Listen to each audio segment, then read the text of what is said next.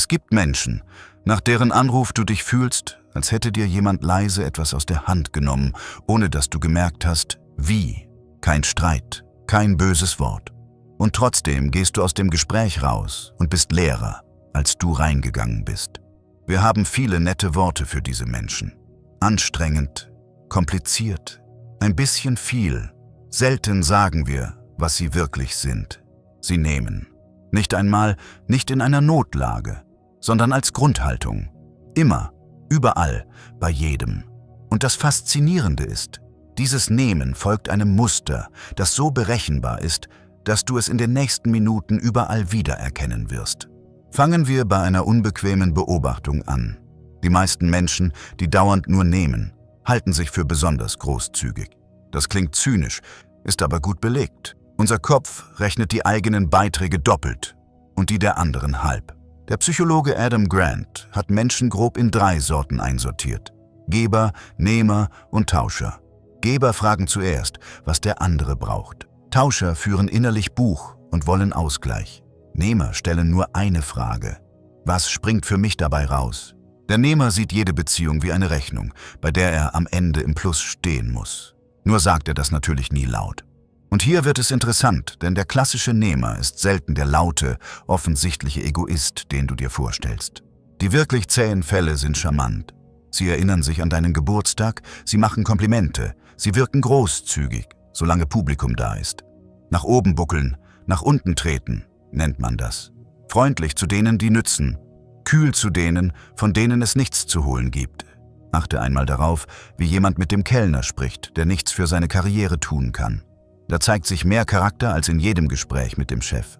Aber warum wird ein Mensch überhaupt so? Niemand kommt als Nehmer auf die Welt. Häufig steckt ein sehr altes Gefühl dahinter. Ein Mangel, der nie satt wurde.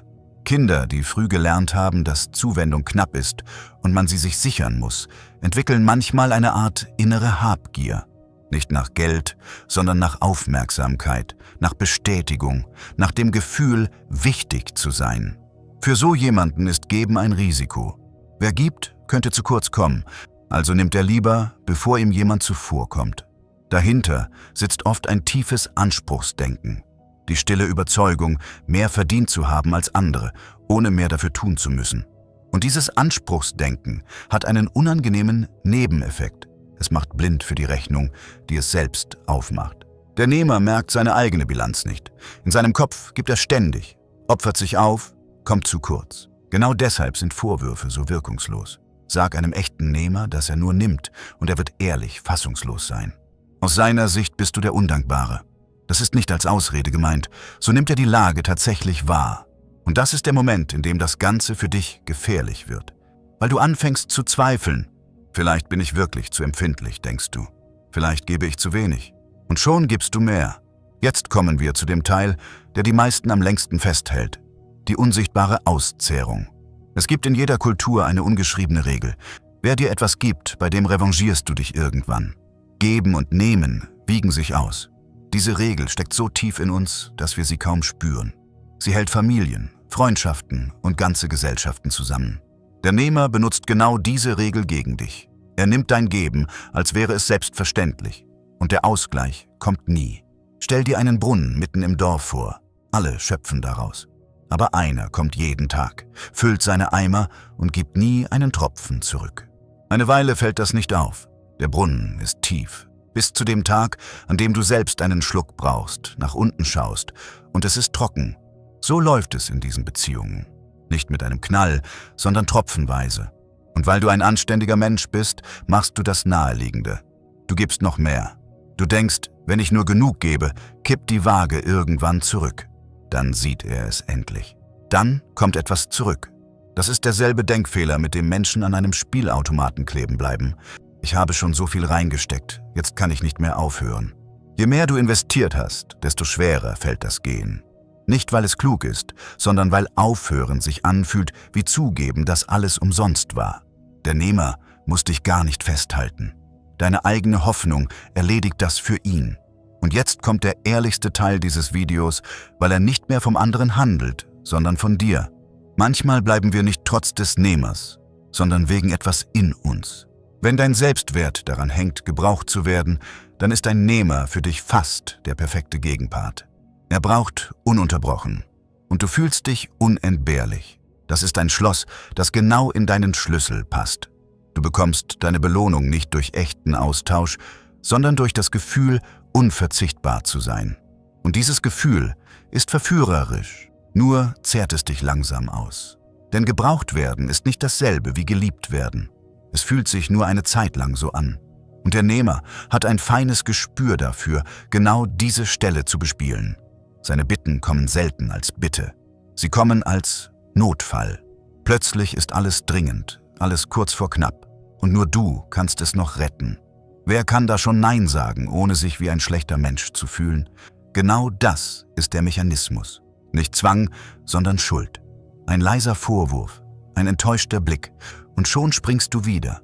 Das ist auch der Grund, warum gerade die Hilfsbereiten, die Verlässlichen, die immer Verfügbaren am tiefsten in diese Sache geraten. Nicht die Gleichgültigen, die Warmherzigen. Ausgerechnet die Menschen mit dem größten Herzen sind das liebste Jagdrevier der Nehmer. Und je öfter du gibst, ohne dass etwas zurückkommt, desto mehr verlernst du, überhaupt noch etwas zu erwarten. Irgendwann hältst du das ständige Leerlaufen für normal. Du merkst gar nicht mehr, wie viel dich das kostet. Aber jetzt drehen wir die Sache um. Denn es gibt einen überraschend klaren Weg hier raus. Und er kommt aus einer unerwarteten Ecke. Mathematiker haben sich gefragt, warum in der Natur überhaupt jemand kooperiert, wenn Ausnutzen kurzfristig doch mehr bringt. Sie ließen einfache Strategien in tausenden Runden gegeneinander antreten.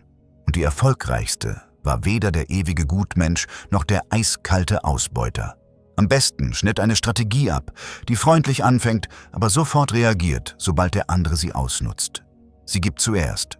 Und sie zieht die Grenze in dem Moment, in dem sie ausgenutzt wird. Der reine Geber wurde gnadenlos ausgeplündert. Der reine Nehmer blieb am Ende allein. Überlebt hat der Freundliche mit Rückgrat. Übersetzt in dein Leben heißt das etwas Befreiendes. Du musst nicht hart werden. Du musst nicht selbst zum Nehmer mutieren. Du musst nur eine einzige Fähigkeit dazulernen, die dir vielleicht nie beigebracht wurde. Grenzen zu ziehen, ohne dich dafür zu entschuldigen. Eine Grenze greift niemanden an. Sie informiert nur. Sie sagt dem anderen, bis hierhin und nicht weiter. Und der Rest ist deine Entscheidung. Und hier passiert etwas Erhellendes. An deiner Grenze zeigt sich sofort, mit wem du es zu tun hast.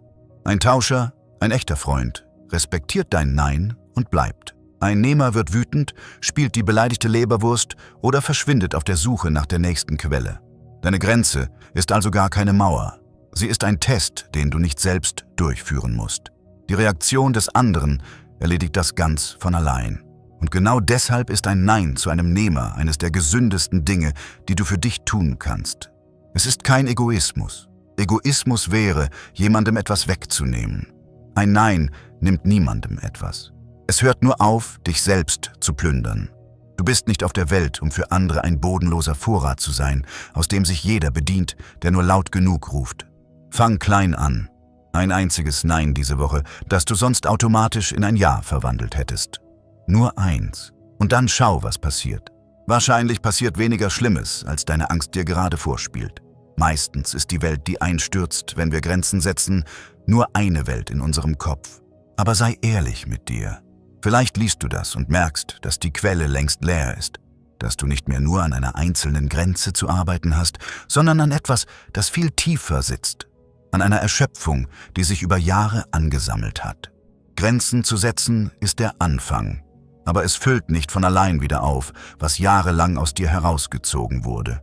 Wie du diese verlorene Kraft zurückholst, langsam, ehrlich und ohne dich noch mehr unter Druck zu setzen, darum geht es im verlinkten Video.